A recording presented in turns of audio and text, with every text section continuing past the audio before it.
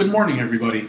Let's get started with our webcast. My name is Dominic Tolero, and I'm Vice President of Industry Solutions here at IBIS Inc. Thank you all for joining us for today's webcast on how will reshoring affect your supply chain and when does it make financial sense? Well, how will reshoring affect your supply chain and when does it make financial sense? It's really important to understand. I'm not going to give you the answer. What I'm going to give you is a bunch of consideration points, a bunch of items that you need to consider as you're making your decision, and most of them are calculable as well, so you'll be able to come up with numbers to support your decision. So as we go through this, understand, I'm not going to give you the answer, but you're going to have the tools that will allow you to make the decision as you try to figure out should you keep items offshore, should you bring them back onshore, how does that affect your supply chain, how does that affect your link. So let's start off with to offshore or not to offshore. That is the question. That really is a question.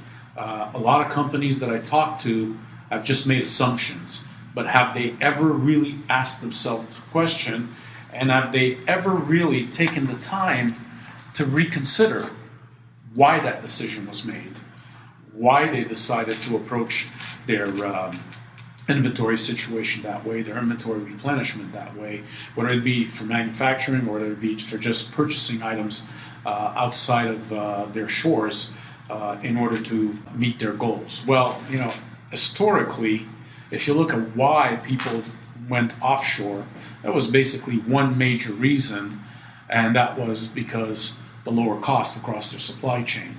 There were some other reasons, like nobody else does it in this country, so can only bring it in from offshore and so forth. But originally, the whole process got started because there was some cost reasons as to why you wanted to do that. Basically, you were looking at your margins, you were looking at your profit goals, and you were analyzing the fact that that could not be reached with the way you had your supply chain set up, whether it be because you were manufacturing here and the costs were too high, or whether it be because your vendors here locally were too expensive and you can get it for less offshore. The decision originally in a lot of these cases, before you start considering how you're going to do it, is cost. Is it going to help me with my costs? What's it going to do? Well, a lot of the calculations, a lot of the considerations that were being looked at the time really only had to do with cost in a lot of cases.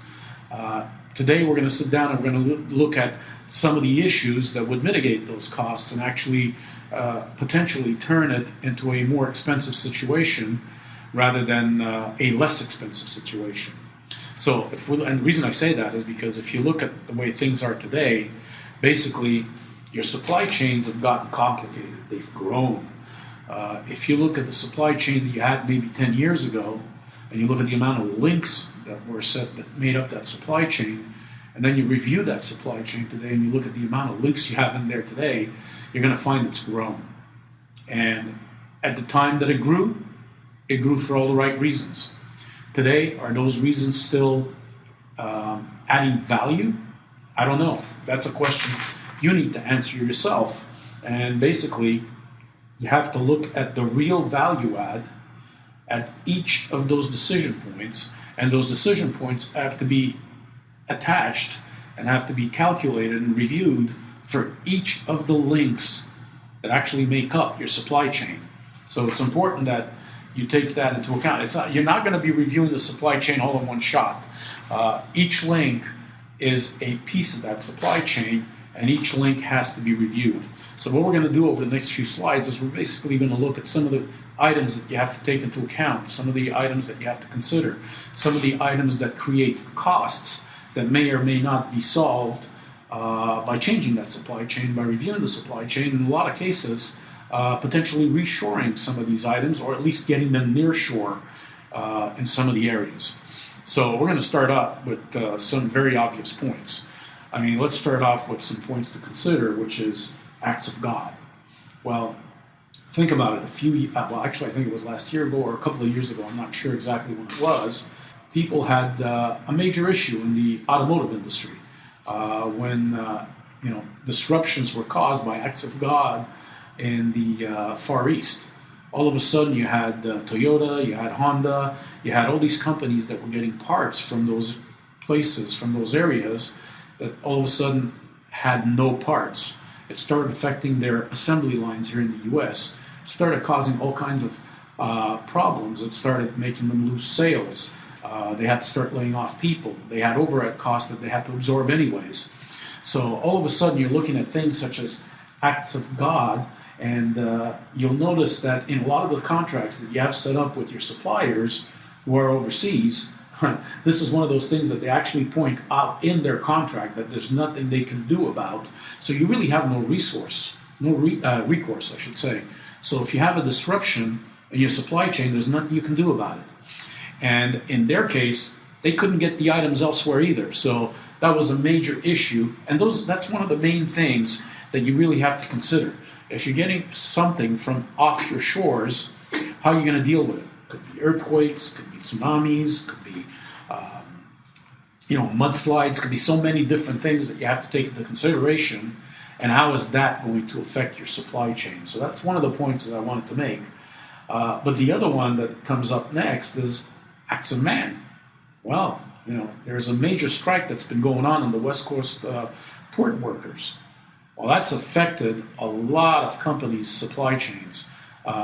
Where are they getting their parts from now, their items? They're not coming through those ports, so they have to reroute them. Rerouting them is time-consuming and expensive. You have to find new ways of, once they get off, to get them to your company. So there's all kinds of issues that are being caused based on man issues. You got transportation strikes. So, you're looking at trains, planes, trucks, shipping, all of those issues that pop up. You've got all kinds of labor disputes, and they're not necessarily from your vendor. They're not necessarily transportation. It could be government. If the government has an issue and has a dispute, then you're looking at potentially not being able to get your items through customs because they're going to be held up there until they come back to work and they can process the paperwork. You got your employee disputes. They have a labor dispute. They shut down. What do? It's a feeder plant. You're stuck. And that doesn't have to be offshore. That could be onshore. I mean, there's a lot of labor disputes that take place onshore that you have to deal with. And those are some of the items that you have to look at. So some of the considerations are the vendor I'm getting my items from. How confident am I that there won't be any disruptions? And you have to look at those potential disruptions. Labor disputes, transportation disputes. You're making a decision as to whether you're going to get somebody that's out in the West Coast as compared to Jack's shop, which is just down the street. That's a consideration you have to take into account. So it's extremely important to look at that. Another point that you have to look at is the offshore economic and political unrest. How solid are the economic and political climates that your vendors are located in? How does that affect? I mean, I like to point out, for instance, that China is, pretty politically stable. It's not going to change overnight. So, but here's the issue that's happening in China now, is China's middle class is growing so quickly that they actually have more money available, and because they have more money available, they're consuming more of their resources in China, which is now actually making resources for offshore customers more expensive and also harder to get a hold of. So that's important that you look at some of these changes that are taking place. You might be looking at political instability. The governments that are vying for power there, are they friendly governments that will continue the flow as it is now, or are they governments that are going to consider changing that flow for whatever reason? Could be nationalization, could be that they just don't like doing business with the country that we're in. It could be all kinds of various reasons that you have to take into account.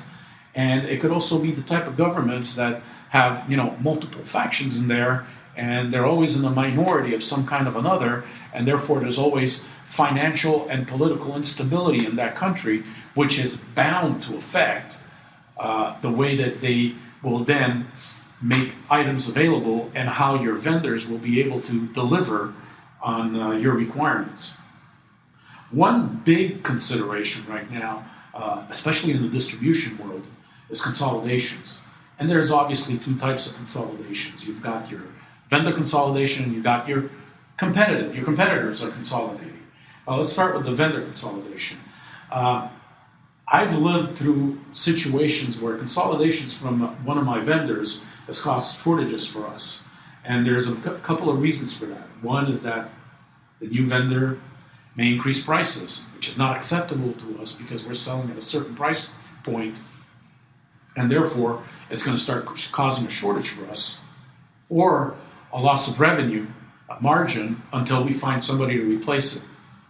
And that may or may not be doable. It's not that easy to go out there and just replace a vendor for all kinds of different reasons, which you're all aware of.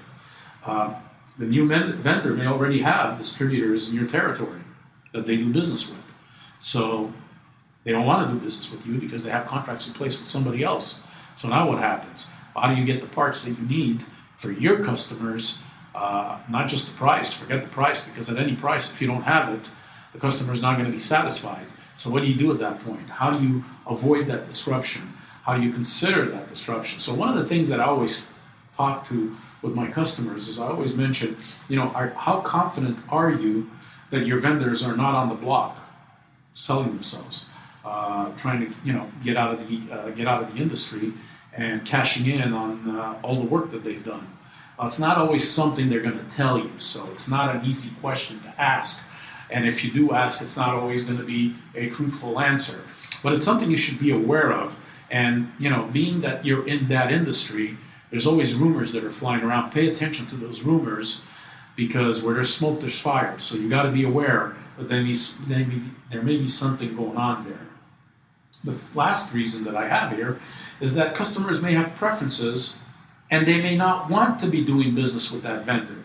They may have had quality issues. They may not like the way that vendor makes items, the way they manufacture their items, and then the quality inspection they go through. They may have had a problem in the past. That's why they stepped away from whoever was distributing their products and went and came to you. Now all of a sudden you're doing business with the company that they did not want to do business, and the reason why you got the opportunity.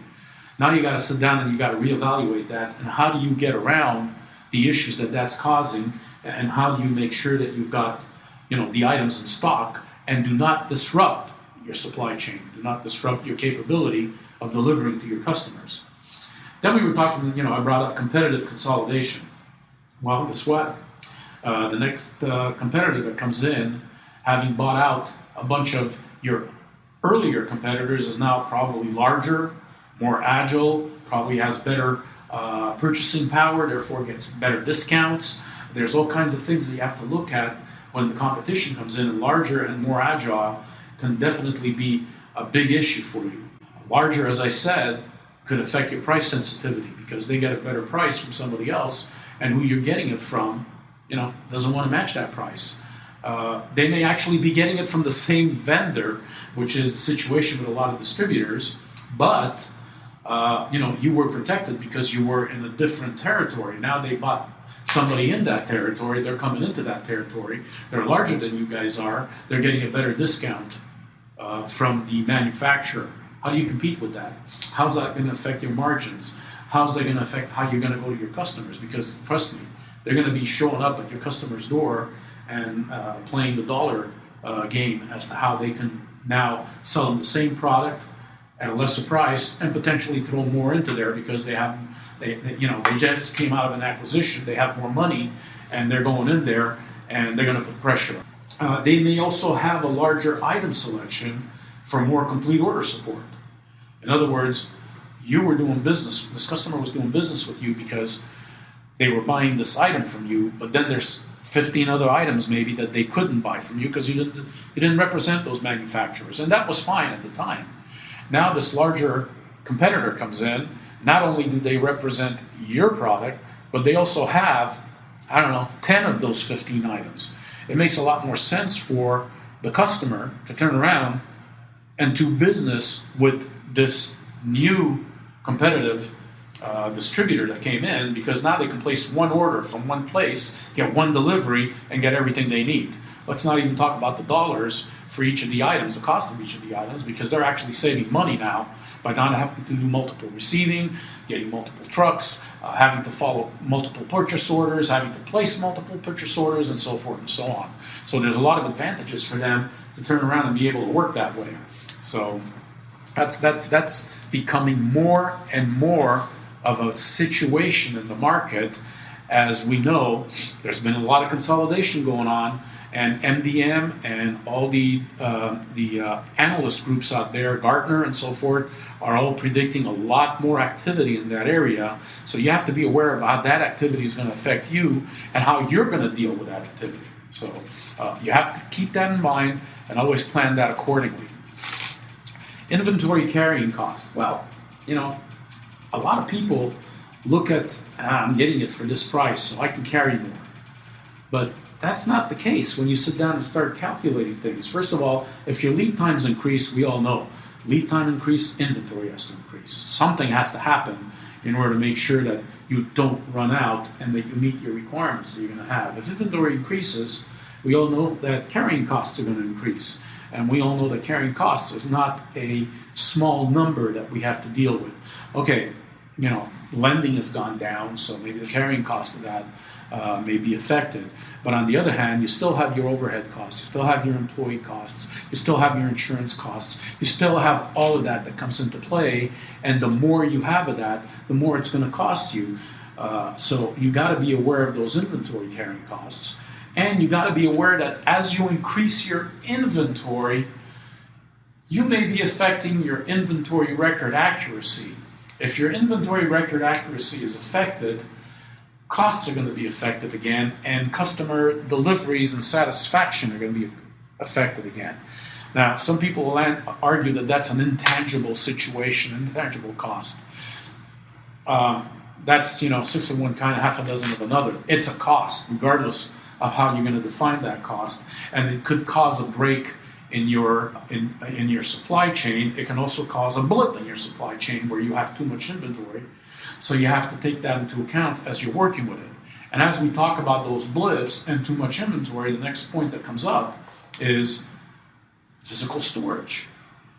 I've been in companies where they have so much inventory that they started out with one warehouse and now they have 4 or 5 warehouses because they're getting such a great deal, at least the way they calculated it, from getting materials from outside the country, which have these huge lead times, which therefore they have to have in their system, in their calculations, therefore affecting their costs as far as how they're going to store them, therefore increasing their costs. And another test I like to do, because it gives me a pretty good idea of how long it's been there, is the dust test.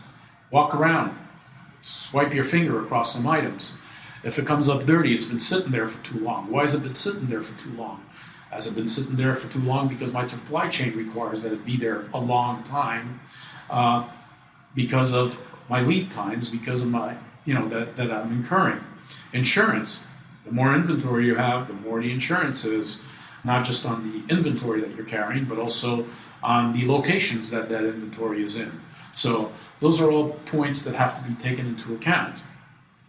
As we talk about this, we get into transportation. I talked about lead times and so forth and so on, but consider that transportation adds a lot of costs to your supply chain, to your items. Ocean freight costs. You've got to have it come. It's got to take 40 days to get here. Okay, well, there's a cost to all of that because it's got to be transported from one location to the port. It's got to be taken off of whatever it's on and put into a vessel. Then the vessel's got to bring it all the way over. Then it comes in, it gets taken off the vessel. There's a cost for that. Then there's more transportation costs as it gets to your location and so forth and so on. So those are costs that need to be taken into account as it gets as you add all that. And part of that is the overland freight, whether it be by rail, by truck, and sometimes it took so long to get here that guess what? There's some airline freight costs that have to be added because you just can't wait for the item to get here, and even though it's on the way, it's just not going to get here quickly enough. So it's important that you take that into account as you build that.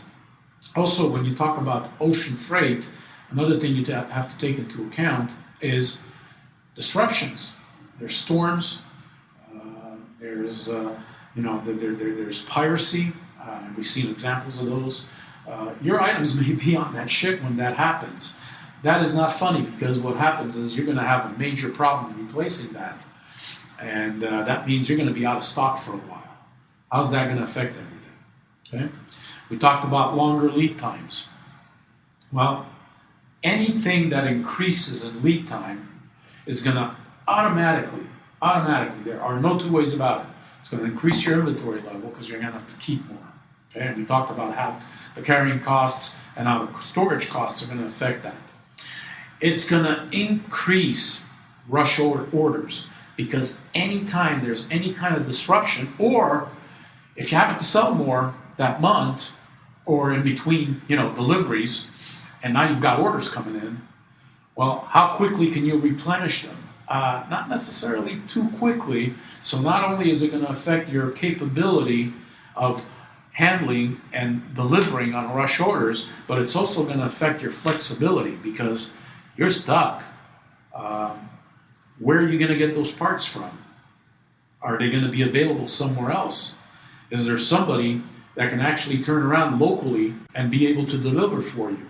My experience has been, it's pretty iffy, because first of all, if you call Joe and tell him, hey, I'd like to get this item, the first thing that's going to go through Joe's mind is, well, you're not ordering from me anymore, so why would I give it to you? I've got actual customers here that I need to support, my real customers.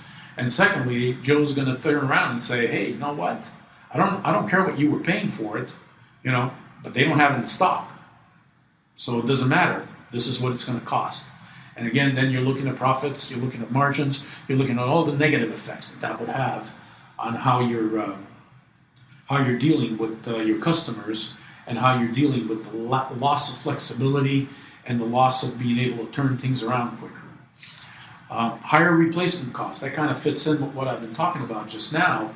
Longer lead times, more inventory, disruptions causing you to have to purchase from somebody else, therefore having to do rush orders and bringing them in. Missed opportunities during stockouts. What happens if you can't get it from somebody? Well, the customer needs the item. There's competitors out there. You just opened the door for somebody to turn around and go somewhere else. And it doesn't matter how much money you spent cultivating that customer, you just handed them over to the competition. So what's the plan? How do you avoid that? How do you plan for that in your S&OP meetings as you make the decisions as far as your supply chains and what the links are going to be like, and who's going to be part of the solution for it? So it's extremely important that you have that considered, because if you're the only one that's got that product, heck, don't worry about it. Nobody else can supply it, so you're the only one. But chances are you're not, and I put my hand in the fire that there's going to be somebody else that's able to replace it, even if it's not exactly the same part. There's ways that customers can upsell, downsell accordingly based on what they're going to get their hands on. And if there's no availability of it in the market, their customers are going to be willing to look at a substitution. So what you've done is you've opened the door for somebody else, and that's when you really have to worry, because once you do that, the competitor that comes in is not just going to be happy to sell that one part and then let you take over again. They're going to go in there and they're going to start negotiating for more and more and more of that business, and you've given them that opportunity. So you got to be very aware of what you're doing there at those points and times. So you've got missed opportunities, you've got higher costs, you've got longer lead times. And then this was a strange one. This one caught me by surprise. I've been going into a lot of accounts and following some major issues that took place a few years back. I don't know if you remember the IAMS dog food issue with pets dying and getting sick. The issue with products that had lead in it that were being imported, which is not an issue in the country where they're being manufactured, but it's a big issue here in the U.S. as to the lead content, and children getting sick because they just so happen to be children's toys and so forth, and just general compliance issues in those countries that are not quite the same as the compliance issues that we have here in this country. And I've been running into more and more customers, distributors, and manufacturers who actually incur two quality assurance costs. The first one is they make sure that whoever's providing it for them goes through that quality inspection, and the second one is to make sure that it actually was done the way they wanted it, because they just can't afford to do a recall or get sued because what they put on the market doesn't meet the requirements, the compliance and governance laws that we have here in this country. That's a big one to consider as you as you negotiate and as you build your supply chain, because as you put that out and as you plan that, if you feel that there's a need for you to do that, then that's a cost that you need to calculate real quick. A lot of companies, they just say, well, it's a cost that we need to incur, we absorb it because we get such a good price. But that's not necessarily true, and the cost of doing that is extremely expensive, both as to when it's available to ship, as well as to what happens if you find out that it did not meet those requirements. So you got to replace them. But worst case scenario is, if you don't do that and the wrong products get out there, what's the cost of that to you guys? And the cost of that for IAMS and for many of those other companies out there was a major loss of customer confidence, and therefore a major market loss, where they lost a lot of customers that no longer buy that food, regardless of all the assurances that have been given. So the cost is an ongoing cost, not just in lost revenue, lost customer, lost brand level, as well as how do I get those customers back? So the cost of extra marketing dollars that are being spent in order to make that happen. The last item I've got there is cost savings. Outsourcing for cost planning, according to MDM, they did a study that just came out in 2015, and they went out there and they said, what do you guys think? What are your major approaches to cutting down costs? And outsourcing was only 8.3%. So what's happening is basically companies are looking at it and they're going, is this really saving me money? And the way they're doing that is they're actually sitting down and figuring out their true landed cost. In other words, what is this really costing me? And the landed cost is not being calculated only on, this is what they're charging me, this is transportation, and so forth. So they're actually going a lot further into it, and they're breaking it down to the nth degree and applying all of these costs to each item. And part of those landed costs, I always tell my customers that they should consider the intangibles. In other words, there's all the tangible stuff I'm going to get a bill for, okay? So I can apply all that. Now let's consider all these points that I brought up, the 12 different points, which, am I considering my carrying costs? If I've got to increase by 10% in order to cover the lead times that it's going to take to get it in here, am I calculating that? If I increase it 10%, I got to give it more storage space. Am I calculating that? If I'm increasing it 10%, my insurance is probably going to go up, or I gotta open a new location to store it into. Am I considering that? There's a lot of items that when people sit down, companies sit down and start analyzing whether they're going to offshore, near shore, or onshore, they don't take it into account. So it's something that you need to expand when you're sitting down in your S&OP planning sessions, and you're sitting down purchasing and you're saying, we want to support this type of growth and delivery, and we want to support this type of profit plan and margins, is what's the option we have? And definitely offshoring should be one of the options there, because, hey, if it works, it's something you got to keep in mind and you got to use in your calculations. But take into account what happens with a disruption. The ship goes down, something, how do I get it back in? Do I have to bring in a couple of cargoes by air? If I do that, what's the cost of that? Apply a percent to it, a probability percent. Use that in your calculations. Don't just say, well, when it happens, we'll deal with it. That doesn't happen that often. That's not the way you're going to meet your margin goals. That's not the way you're going to meet profitability. You've got to plan for these items. You've got to assign a value to these items, and those are real. Because if it's a concern, then there's a strong probability that it may happen. So you got to be on top of that, and you got to be covering that when you do your calculations. Now, I put that in there because I sit down with a lot of companies, with a lot of the executives, and I use the term of fool's gold. All that shines is not gold. But I also sit there, and sometimes I look at them, and I think of my puppy. I have a boxer, and boxers are puppies forever, but still, she's still a puppy. And she'll be outside, and she'll be interested in something, and then, oops, shiny object. Next thing I know is she's interested in something else. Then comes back again for a couple of minutes, if that long, and then, oops, another shiny object, or a squirrel, or something. So what I'm saying is people get diverted by things that seem good, that attract us, they get us all excited, and that's why I thought of the fool's gold thing, because during the gold rush, a lot of people destroyed their lives going after fool's gold, because it looked like gold, it felt like gold, but when it got analyzed, it wasn't gold, and it was worthless.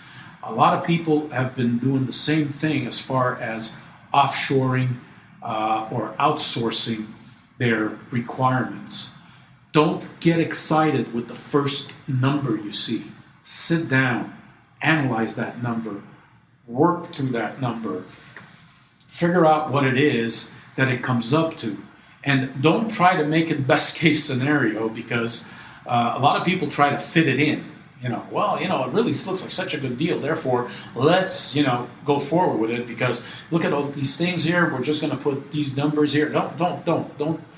Take the time that you put up front analyzing your supply chain will save you a lot of times afterwards trying to make up for the breaks that happened in your supply chain. And in some cases, you don't get back from those great breaks ever, because you've lost that customer for good. They're not going to give you an opportunity to get back in. And it's extremely important that you consider that when you plan all this. So take the time up front so that you can meet your profits and your margin goals for the end of the year. So basically what I was trying to point out in this webinar was that, is reshoring the right solution? And the reason I worded it this way is because a lot of people get nervous when they say, you got to consider reshoring because offshoring is not working, blah, blah, blah. And they go, well, what makes you think it's not working? Well, actually, nothing makes me think it's not working. For all I know, it's working just fine. But if I start asking you questions on how you came up with the decision point that it made sense, will you actually be able to give me numbers that will add up and prove that? That becomes a totally different question then, because what they get is this blank expression on their face, and it's like, well, what do you mean? We got the price of shipments, we got, of transportation, we got this, we got that, we got the price of the brokerage, we know the tariffs, we know this, we're done. No, you're not. There's a lot of other issues that you have to consider when you make this decision. Have you considered them? And when you sit down and you start looking at it, that's when you can actually make the decision the right way, with a true cost. And that's not just necessarily going to be calculated because there's a formula in a software package you bought. The formula will cover to a certain point. Then there's a bunch of other formulas inside the system. So if you look at a system's true landed cost, what you're going to find is it's going to pick up the cost of the vessel, the transportation coming across, the transportation picking it up. It's going to pick up all of the other costs that'll affect it, based on, this is my brokerage cost, these are tariffs, these are this is the government, this is the, and it'll pick all that up. That's not a problem. Will it allow you to work and pick up things like inventory carrying costs, storage costs? How will longer lead times affect the product cost? Can you pick up, and will you be able with your system to figure out or at least not with the system, but at least go in and put a percentage to that landed cost that you could get off of a report as to what are the chances, probability of a shipment not getting to you because of all kinds of acts of God, because of acts of men, because of ships going down as they're cruising across the Atlantic or the Pacific, whichever way they're coming from. You've got to put that in there. And if your system only allows for part of it, run the part that the system does, and then set up a spreadsheet and add the rest.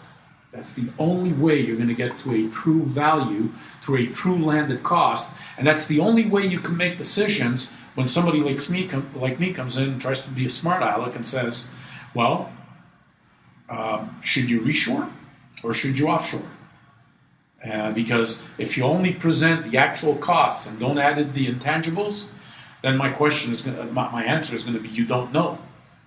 Until you're able to do all of that, there is no way that you're going to know whether you're at that point and whether you've made the right decision and used the right criterias in order to come about to that decision and to turn around and go forward and feel comfortable that you're going to meet your, again, I keep going back to the same thing, margins and profitability goals for the company. I got to say that if I made this clear, that's good, because that means you guys are going to sit down and consider the issues here. If it's unclear, believe it or not, this is one of those webinars that even if it's unclear, it's actually good because it's raised questions in your mind. And as long as it's done that, then I've achieved my goal here of making you guys consider all of the costs that truly apply in making those decisions. Okay? At this point, I'd like to thank you for attending today's webcast on how will reshoring affect your supply chain and when does it make financial sense. Be sure to join us for our next webcast on February 12th on accessing Dynamics AX through the Dynamics mobile applications. Thank you very much. Have a great day, and I look forward to our next webinar.